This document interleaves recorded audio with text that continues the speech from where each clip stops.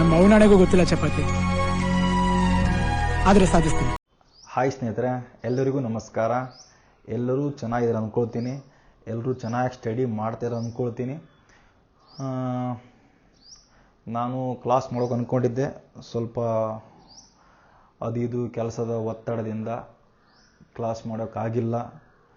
ಇನ್ನು ಮುಂದೆ ಕಂಟಿನ್ಯೂ ಆಗಿ ಸೂಪರ್ ಟ್ರಿಕ್ ಜೊತೆಗೆ ಕ್ಲಾಸ್ ಮಾಡೋಕ್ಕೆ ಟ್ರೈ ಮಾಡ್ತೀನಿ. ಸೊ ಡೈಲಿ ಒಂದು ಕ್ಲಾಸ್ ಮಾಡ್ಕೊಂಡು ಅಂದ್ಕೊಂಡಿದ್ದೀನಿ. ಸೊ ಅದು ಎಷ್ಟು ಬೇಗ ಆಗುತ್ತೆ ವಿತ್ ಸೂಪರ್ ಟ್ರಿಕ್ ಜೊತೆಗೆ ಕ್ಲಾಸ್ ಮಾಡ್ತೀನಿ.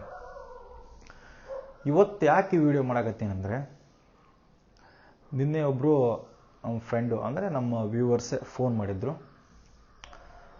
ಅದೇ ಈ ಜಾಬು ನೋಟಿಫಿಕೇಷನು ಟೆನ್ಷನು ಇದು ಕಾಮನ್ ಆಗಿ 2 ವರ್ಷದಿಂದ ಇದೆ, ಎಲ್ಲರಿಗೂ ಇರ್ತಕ್ಕಂಥದ್ದು.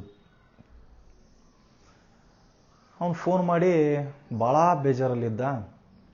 ಅಣ್ಣ ಏನು ಮಾಡಬೇಕು ಒಂದೂ ತಿಳಿತಿಲ್ಲ, ಜಾಬು ನೋಟಿಫಿಕೇಷನು ಟೆನ್ಷನ್ನು, ನೋಟಿಫಿಕೇಷನ್ ಯಾವಾಗ ಆಗುತ್ತೋ, ಯಾವಾಗ ನಾವು ನಮ್ಮ ಒಂದು ಡ್ರೀಮ್ ಜಾಬ್ನ ತೊಗೊಳ್ತೀವೋ ಒಂದು ತಿಳಿಯೋದಂಗೆ ಆಗಿಬಿಟ್ಟಿದೆ. ನಮ್ಮ ಮೇಲೆ ನಮಗೆ ಕಾನ್ಫಿಡೆನ್ಸ್ ಹೋಗ್ಬಿದೆ ಅಣ್ಣ, ಕಾನ್ಫಿಡೆನ್ಸೇ ಇಲ್ಲ, ನಮ್ಮ ಮೇಲೆ ನಮಗೆ ಕಾನ್ಫಿಡೆನ್ಸ್ ಇಲ್ಲ ಅಣ್ಣ. ಆ ರೀತಿಯಾಗಿ ನಂದು ಲೈಫ್ ಆಗಿಬಿಟ್ಟಿದೆ. ನಮ್ಮ ಅವ್ವನೇ ನಮ್ಮ ಮನೆಯಲ್ಲಿ ಎಲ್ಲ ನೋಡ್ಕೊತಿರೋದು. ಅವಳು ದುಡಿದ್ರೆ ನಮ್ಮ ಮನೆ ನಡೆಯುತ್ತೆ. ಇಲ್ಲಿ ನೋಡಿದ್ರೆ ಏಜ್ ಕೂಡ ಆಗ್ತಾ ಇದೆ. ಅವಾಗ ಮಾಡ್ತೀವಿ ಇವಾಗ ಮಾಡ್ತೀವಿ ನೋಟಿಫಿಕೇಷನ್, ಇನ್ನೂ ನೋಟಿಫಿಕೇಷನ್ ಮಾಡ್ತಿಲ್ಲ. ಊರಲ್ಲಿ ಹೋದರೆ ನನ್ನ ಜೈಲಿಂದ ಬಂದ ರೌಡಿ ಥರ ನೋಡ್ತಾರೆ, ಮರ್ಯಾದೆ ಕೊಡಲ್ಲ, ಏನೋ ಒಂಥರ ಕೆಟ್ಟ ಇಂಟೆನ್ಷನ್ದ ಮಾತಾಡಿಸ್ತಾರೆ. ಏನು ಬಿಡಪ್ಪ ಯೂಸ್ಲೆಸ್ ಫೆಲೋ ಅನ್ನೋ ಥರ ನೋಡ್ತಾರೆ ಅಣ್ಣ.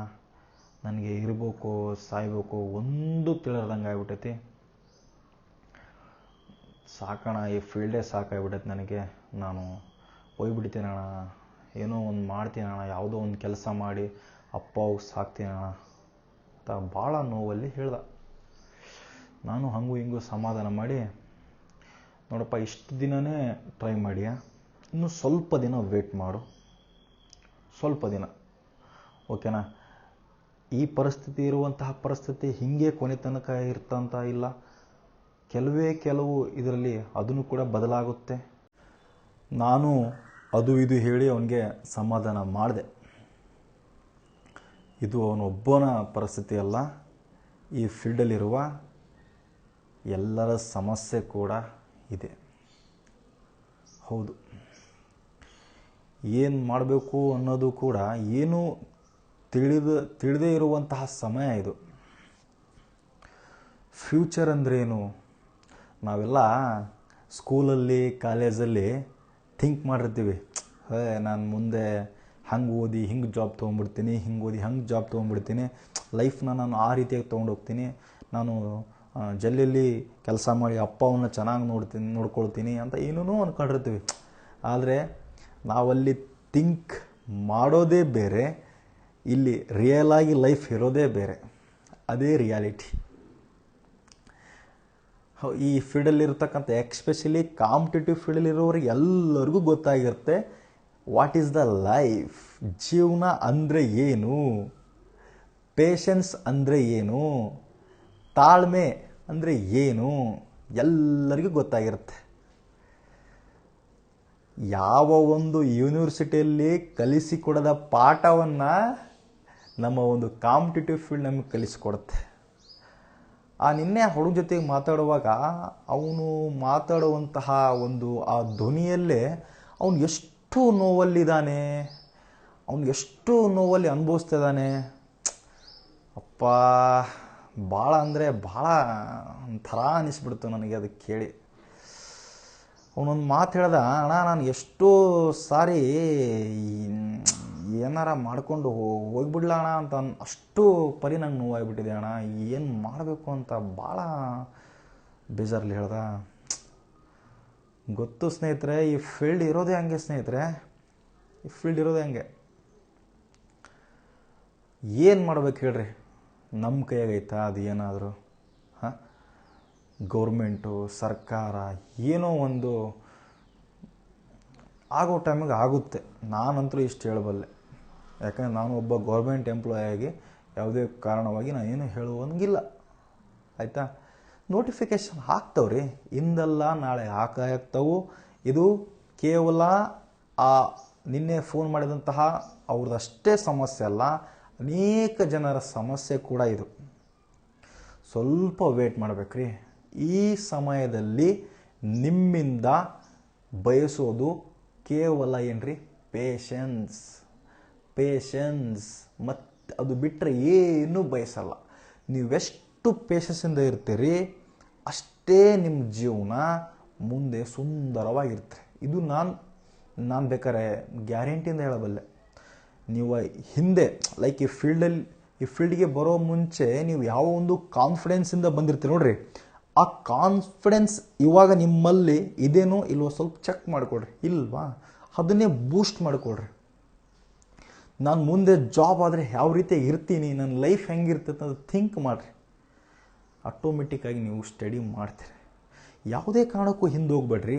ಏನು ರೀ ಹಿಂದೆ ಹೋದ್ರಿ, ಅದೇ ಕಟ್ಟ ಕೆಲಸ ಮಾಡಬೇಕು ಅಂದರೆ ಗಾರೆ ಕೆಲಸ ಮಾಡ್ತೀರಿ, ಅದೇ ಪೇಂಟ್ ಹಚ್ತೀರಿ, ಅಥವಾ ಇನ್ನೊಂದು ಯಾವುದೋ ಗ್ಯಾರೇಜ್ ಹೋಗ್ತೀರಿ.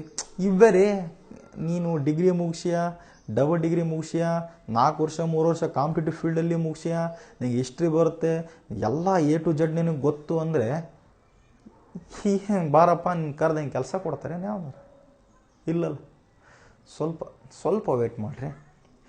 ಒಬ್ಬ ಶಿಲ್ಪಿ ಎಷ್ಟು ತನ್ನ ಒಂದು ಕಲ್ಲಿಗೆ ಸುಂದರವಾದ ಮೂರ್ತಿ ಮಾಡಬೇಕಂತ ಎಷ್ಟು ಪೆಟ್ಟು ಕೊಡ್ತಾನೆ ನೋಡ್ರಿ.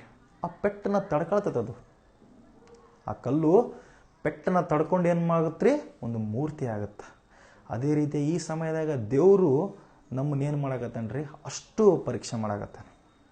ಅಂದರೆ ಒಬ್ಬ ಶಿಲ್ಪಿ ಕೊಡುವಂಥ ಪೆಟ್ಟನ್ನು ದೇವರು ಕೊಡ್ತಾ ಇದ್ದಾನೆ. ಮುಂದಿನ ದಿನ ಆ ಶಿಲ್ಪಿ ಕೆತ್ತಿದಂತಹ ಮೂರ್ತಿ ಏನಾಗುತ್ತೆ ರೀ, ಗರ್ಭಗುಡಿಯಲ್ಲಿ ದೇವರಾಗುತ್ತೆ. ಅದಕ್ಕೆ ಹಾಲಿನ ಅಭಿಷೇಕ, ತುಪ್ಪದ ಅಭಿಷೇಕ, ಹೂವಿನ ಅಭಿಷೇಕ ಎಲ್ಲ ಆಗ್ತಾವ್ರಿ. ಹೌದಲ್ಲ? ನೀವು ಮುಂದೆ ಕೂಡ ಹಾಲಿನ ಅಭಿಷೇಕ, ತುಪ್ಪದ ಅಭಿಷೇಕ ಎಲ್ಲ ಹಾಗೆ ಆಗ್ತಾವೆ ಜೀವನದಾಗ. ನೀವು ನೋಡಿರ್ಬೇಕಾದ್ರೆ ನಾನು ಸುಳ್ಳು ಹೇಳಲ್ಲ. ಜಸ್ಟ್ ನೀವು ಇಲ್ಲಿ ಈ ಪೇಷನ್ಸ್ ಮುಖಾಂತರ ನಿಮ್ಮದೊಂದು ಇದಿರಲ್ರಿ, ಪೇಷನ್ಸ್ ಮುಖಾಂತರ ಸ್ವಲ್ಪ ತಡ್ಕೊಳ್ರಿ. ಏನು ಮಾಡೋಕ್ಕಾಗುತ್ತೆ ಹೇಳ್ರಿ? ಹೌದಲ್ಲ? ಇಷ್ಟು ದಿನನ ಬಂದಿರಿ ಸ್ನೇಹಿತರೆ, ಇಷ್ಟು ದಿನನ ಹೆಂಗೋ ಇವರು ಏನೋ ಒಂದು ಮನೆಯಲ್ಲಿ ಹೇಳಿ ಏನೋ ಒಂದು ಇದು ಮಾಡಿ ಈ ಫೀಲ್ಡಲ್ಲಿ ಇದ್ದೀರಿ. ಅವಮಾನ ಆದರೂ ಕೂಡ, ಎಷ್ಟು ನೋವಾದರೂ ಕೂಡ, ಮನೆಯಲ್ಲಿ ಅಪ್ಪ ಅವ್ವ ದುಡ್ದು ಹಾಕ್ತಿದ್ದರೂ ಕೂಡ ಕಣ್ಣಾಗ ನೋಡೋಕ್ಕಾಗಲಾರ್ದ ರಾತ್ರಿನ ಲೈಬ್ರಿಗೆ ಬಂದು ಹೆಂಗೋ ಓದಾಕತ್ತೀರಿ. ಇನ್ನೊಂದು ಸ್ವಲ್ಪ ದಿನ ನಂದಲ್ಲ ಜೀವನ ಅಂತಂದೇಳಿ ಓದಿಬಿಡ್ರಿ. ಮುಂದೆ ಏನಾಗುತ್ತೆ ನೋಡಕ್ಕೆ ಬರುತ್ತೆ. ಓಕೆನಾ? ಒಂದು 2 ನಿಮಿಷ ರೀ. ಓಕೆ, ನೀವೆಲ್ಲ ಓದಿದ್ದೀರಂತ ನನಗೆ ಗೊತ್ತು, ಎಲ್ಲ ಸಿಲೆಬಸ್ ಕವರ್ ಮಾಡಿರಂತ ಗೊತ್ತು, ರಿವಿಷನ್ ಮಾಡಿದ್ರಂತ ಗೊತ್ತು. ಯಾಕಂದ್ರೆ ಸಿಕ್ಕಾಪಟ್ಟೆ ಟೈಮ್ ಸಿಕ್ಬಿಟ್ಟೈತಿ. ಸೊ ಇನ್ನೊಂದು ಸಾರಿ ರಿವಿಷನ್ ಮಾಡಿರಿ. ಈಗ ನಾನು ಎಕ್ಸಾಮ್ ಇಟ್ಟರೆ ನಾನು ಪಾಸ್ ಮಾಡ್ತೀನಾ ಅಂತಂದೇಳಿ ಒಂದು ಸ್ವಲ್ಪ ಥಿಂಕ್ ಮಾಡಿರಿ. ಪಾಸ್ ಮಾಡ್ತೀನಾ, ನನ್ನಿಂದ ಆಗುತ್ತಾ, ನಾನು ಎಷ್ಟು 100ಕ್ಕೆ ಎಷ್ಟು ಮಾರ್ಕ್ಸ್ ತೊಗೊಳಕತ್ತೀನಿ, ಇತ್ತೀಚೆಗೆ ನಡೆದಂತಹ ಕ್ವಶನ್ ಪೇಪರಲ್ಲಿ ನಾನು ಯಾವುದರಲ್ಲಿ ವೀಕ್ ಇದ್ದೀನಿ, ನಾನು ಮೆಂಟಲ್ ಎಬಿಲಿಟಿ ಪ್ರಾಕ್ಟೀಸ್ ಮಾಡಿದ್ದೀನ, ಕರೆಂಟ್ ಅಫೇರ್ಸ್ನ ಪರ್ಫೆಕ್ಟಾಗಿ ಓದಿದ್ದೀನ, ಮೆಂಟಲ್ ಎಬಿಲಿಟಿ ನನಗೆ ಯಾವ್ಯಾವ ಬರ್ತಿಲ್ಲ, ನಾನು ಓದು ಎಕ್ಸಾಮಲ್ಲಿ ಏನೇನು ತಪ್ಪು ಮಾಡಿದ್ದೆ, ಯಾಕೆ ನನ್ನ ಓದು ಎಕ್ಸಾಮಲ್ಲಿ ಪ್ರೀವಿಯಸ್ ಎಕ್ಸಾಮಲ್ಲಿ ಯಾಕೆ ಲಿಸ್ಟಲ್ಲಿ ಕೂಡಲಿಲ್ಲ, ಸ್ವಲ್ಪ ಥಿಂಕ್ ಮಾಡಿರಿ. ಸೊ ನಾವು ಎಲ್ಲಿದ್ದೀವಿ, ಏನು ಮಾಡ್ತಾಯಿದ್ದೀವಿ, ಏನು ಮಾಡಬೇಕಂತ ನಿಮಗೆ ಗೊತ್ತಾಗತ್ತೆ. ಓಕೆನಾ? ನೋವಿದೆ, ಬೇಜಾರಿದೆ, ಎಲ್ಲಿ ಜನ ನಮಗೆ ಮರ್ಯಾದೆ ಕೊಡಲ್ಲ, ಒಂದು ಹೊತ್ತಿನ ಊಟಕ್ಕೂ ನಾವು ಒಂದು ಏನೋ ಸಫರ್ ಮಾಡಕತ್ತೀವಿ, ಏನೋ ಓದಬೇಕಾದ್ರಪ್ಪ 100 ಟೆನ್ಷನ್ ಬರ್ತಾವೆ, ಮುಂದೆ ಫ್ಯೂಚರ್ ಹೆಂಗೆ, ಅಪ್ಪ ಅವು ಏನು ಮಾಡಬೇಕು, ನೆಕ್ಸ್ಟ್ ನಮ್ಮ ಲೈಫ್ ಹೆಂಗಿರುತ್ತೆ, ಏಜ್ ಆಗ್ತಾಯಿದೆ, ನೋಟಿಫಿಕೇಷನ್ ಆಗ್ತಿಲ್ಲ, ಎಲ್ಲರದು ಇದೆ ಗೊತ್ತು. ಯಾಕಂದರೆ ಎಷ್ಟಂತ ತಡ್ಕೋಬೇಕು ನಾವು, ತಡ್ಕೊಂಡು ಸಿಕ್ಕಾಪಟ್ಟೆ ತಡ್ಕೊಂಬಿಟ್ಟಿವಿ. ಇನ್ನೊಂದು ಸ್ವಲ್ಪ ಫಿನಿಷಿಂಗ್ ಟೈಮ್ ಇದು. ಹೆಂಗೆ ಮೂರ್ತಿಗೆ ಫಿನಿಷಿಂಗ್ ಕೊಡ್ತಾ ನೋಡ್ರಿ ಲಾಸ್ಟ್ ಶಿಲ್ಪಿ, ಆ ಥರ ಫಿನಿಷಿಂಗ್ ಟೈಮ್ ಇದು. ಇನ್ನೊಂದು ಸ್ವಲ್ಪ ತಡ್ಕೊಂಬಿಡ್ರಿ, ಸುಂದರವಾದ ಮೂರ್ತಿ ಆಗ್ತೀರಿ. ಗರ್ಭಗುಡಿಯಲ್ಲಿ ನಿಮ್ಮನ್ನ ಪ್ರತಿಷ್ಠಾಪನೆ ಆಗುತ್ತೆ. ಡೈಲಿ ನಿಮಗೆ ತುಪ್ಪದ ಅಭಿಷೇಕ, ಹಾಲಿನ ಅಭಿಷೇಕ, ಹೂವಿನ ಅಭಿಷೇಕ ಏನು ಇಲ್ಲದೆ ಹೋದರೂ ಕೂಡ ನಿಮ್ಮಪ್ಪ ನಿಮ್ಮವ್ವ ನನ್ನ ಮಗ ಅಂದ್ಕೊಂಡಿದ್ದು ಮಾಡಿದ, ಸಾಕಪ್ಪ, ಇದ್ದರೆ ಇಂಥ ಮಗ ಇರಬೇಕಂತ ಸಾಕು, ಅಷ್ಟೇ ಜೀವನ.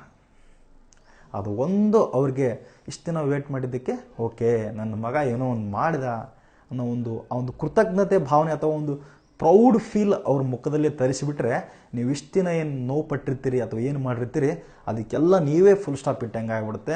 ಅದೆಲ್ಲ ಕ್ಷಣಾರ್ಧದಲ್ಲಿ ಮರ್ತು ಹೋಗ್ಬಿಡ್ತೀರಿ. ಅದು ಏನು ನಿಮ್ಮ ಮುಂದೆ ಫ್ಯೂಚರಲ್ಲಿ ನಾ ಇಷ್ಟು ನೋವು ಪಟ್ಟಿದ್ದೆ ಅಂಥದ್ದು ಕೂಡ ನಿಮಗೆ ತಲೆಯಲ್ಲಿ ಬರಲ್ಲ. ಆ ರೇಂಜಿಗೆ ಅದನ್ನ ನಿಮಗೆ ಬರ್ತಕ್ಕಂಥ ಸಕ್ಸಸ್ಸು ಅಷ್ಟು ಮಟ್ಟಿಗೆ ನಿಮ್ಗೆ ಸಕ್ಸಸ್ ತಂದು ಕೊಡುತ್ತೆ. ಓಕೆನಾ? ಓಕೆ ಸ್ನೇಹಿತರೆ, ನಾನು ಕ್ಲಾಸ್ ಮಾಡ್ತೀನಿ ರೀ, ಸೂಪರ್ ಟ್ರಿಕ್ ಮುಖಾಂತರ ನಿಮಗೆಲ್ಲ ಗೊತ್ತಿರ್ತೈತಿ. ಸೊ ನಾನು ಅದೇ ಥಿರಿಯಲ್ಲಿ ಕ್ಲಾಸ್ ಮಾಡೋಕ್ಕೆ ಟ್ರೈ ಮಾಡ್ತೀನಿ. ಸೊ ಸ್ವಲ್ಪ ವೇಟ್ ನಾಳಿದ್ದನ್ನು ಕ್ಲಾಸಸ್ ಸ್ಟಾರ್ಟ್ ಆಗ್ತಾವೆ. ನಾನು ಹೇಳೋದಷ್ಟೇ, ಯಾರೂ ಬೇಜಾರು ಮಾಡ್ಕೊಳ್ಬೇಡ್ರಿ, ನೋವು ಮಾಡ್ಕೊಳ್ಬೇಡ್ರಿ. ಪೇಷನ್ಸ್ ಮುಖಾಂತರ ನಿಮ್ಮ ಲೈಫ್ನ ನೀವೇ ನಿಮ್ಮ ಲೈಫ್ನ ಶಿಲ್ಪಿ ಕೂಡ ನೀವೇ ಗರ್ಭಗುಡಿಯಲ್ಲಿ ಇರ್ತೀರೋ, ಅದೇ ದೇವಸ್ಥಾನದ ಮೆಟ್ಟಿಲಾಗ್ತಿರೋ ನಿಮಗೆ ಬಿಟ್ಟಿದ್ದು ನೋಡ್ರಿ. ಯಾರೂ ಕೂಡ ಹಿಂದೆ ಮಾತ್ರ ಹೋಗ್ಬೇಡ್ರಿ. ಎಷ್ಟು ರೀ ಹಬ್ಬ ಅಂದರೆ ಎಷ್ಟು ಹೇಳ್ರಿ, 10,000-15,000 ರೂಪಾಯಿ ನಿಮಗೆ ಏನು ಅದೇ ಇವಾಗ ತಂದೆ ತಾಯಿ ಪಡುವಂಥ ಕಷ್ಟ ನೋಡೋಕ್ಕಾಗ್ತಿಲ್ಲ. ಈಗೇನು ಯಾವ ಫೈನಾನ್ಸ್ನಲ್ಲಿ ಹೋದರೂ ಕೂಡ 15-20 ಸಾವಿರ ದುಡ್ಡು ಕೊಡ್ತಾರೆ, ನಿಮ್ಗೆ ಸಂಬಳ ಕೊಡ್ತಾರೆ. 20 ಸಾವಿರ ದುಡಿತೀರಪ್ಪ ನೀವು, ಹೌದಲ್ಲ? ಅದು 2-3 ವರ್ಷ ಆದರೆ ನಿಮ್ಗೆ ಅದನ್ನು ಕೂಡ ಬೇಸರ ಆಗುತ್ತೆ. ಸಿಕ್ಕಾಪಟ್ಟೆ ನನ್ನ ಫ್ರೆಂಡ್ಸು ಕೂಡ ಇದ್ದಾರೆ. ಸೊ ಅದು ಎಲ್ಲ ಬಿಡ್ರಿ, ಓದ್ರಿ. ಇನ್ನು ಕೊನೆ ಸ್ಟೆಪ್ಪು ನಿಂತು ಐ ಆಮ್ ಸಕ್ಸಸ್ಫುಲ್ಲಿ ಪರ್ಸನ್ ಅಂತಂದು ಹೇಳೋದು ಒಂದೇ ಒಂದು ಉಳಿದೈತಿ. ಆ ಒಂದು ಯಶಸ್ಸನ್ನ ನೀವು ಆಚರಣೆ ಮಾಡಿರಿ. ಮುಂದೆ ನೋಡಿರಿ, ಎಷ್ಟು ನಿಮಗೆ ನೀವು ಅಂದ್ಕೊಂಡಿರಲ್ಲ, ನಿಮ್ಗೆ ಯಾರ್ಯಾರು ಏನೇನು ಅಂದಿದೆ ನೋಡ್ರಿ, ಅವರ ನಿಮ್ಮ ಮುಂದೆ ಬಂದು ಮಾತಾಡಿಸ್ತಾರೆ. ಏನೋ ಒಂದು ಡಿಫ್ರೆಂಟ್ ಲೈಫ್ ರೀ ಅದು. ನಿಮ್ಮ ಸಕ್ಸಸ್ ಆದಮೇಲೆ ಲಿಸ್ಟಲ್ಲಿ ನಿಮ್ಮ ನೇಮ್ ಬಂದಮೇಲೆ ಅದು ಬೇರೆಯೇ ಮಜಾ ಇರ್ತೀರಿ. ಅದನ್ನು ಅನುಭವಿಸ್ರಿ ನೀವು. ಈ ನೋವನ್ನು ಏನು ಅನುಭವಿಸ್ರಿ ನೋಡ್ರಿ, ಅದನ್ನು ಅನುಭವಿಸ್ರಿ, ಗೊತ್ತಾಗುತ್ತೆ ನಿಮಗೆ. ಅನುಭವಿಸ್ತಿರಲ್ಲ? ಓಕೆ, ಇನ್ನು ಕ್ಲಾಸ್ ಮಾಡೋಕ್ಕಾಗಿಲ್ಲ, ಕ್ಲಾಸ್ ಮಾಡ್ತೀನಿ ರೀ. ಓಕೆ, ನೆನಪಿರಲಿ, ಇನ್ನೊಂದು ಕೆಲವೇ ದಿನಗಳು, ಒಳ್ಳೆ ದಿನಗಳು ಬರ್ತಾವೆ. Okay, thank you so much. ಜೈ ಹಿಂದ್. ಎಲ್ಲರೂ ಚೆನ್ನಾಗಿ ಓದ್ರಿ. Okay, all the best. ಯಾರು ಕೂಡ ಹಿಂಜರಕ್ಕೆ ಹೋಗಬೇಡ್ರಿ, ಯಾರು ಕೂಡ ಕೆಟ್ಟ ಡಿಸಿಷನ್ ತೊಗೊಳ್ಬೇಡ್ರಿ. ನನ್ನಿಂದ ಆಗಲ್ಲ ಅನ್ನೋ ಇಂಟೆನ್ಷನ್ ಇಟ್ಕೊಳ್ಬೇಡ್ರಿ. ಒಂದಲ್ಲ ಒಂದು ದಿನ ನಿಮ್ಮ ಡ್ರೀಮ್ ಫುಲ್ಫಿಲ್ ಆಗೇ ಆಗುತ್ತೆ. ಓಕೆ, ಒಳ್ಳೆ ಗುಣ, ಒಳ್ಳೆ ನಡತೆ, ಒಳ್ಳೆ ಸಂಸ್ಕಾರ ಮನುಷ್ಯನ ನಿಜವಾದ ಶ್ರೀಮಂತ.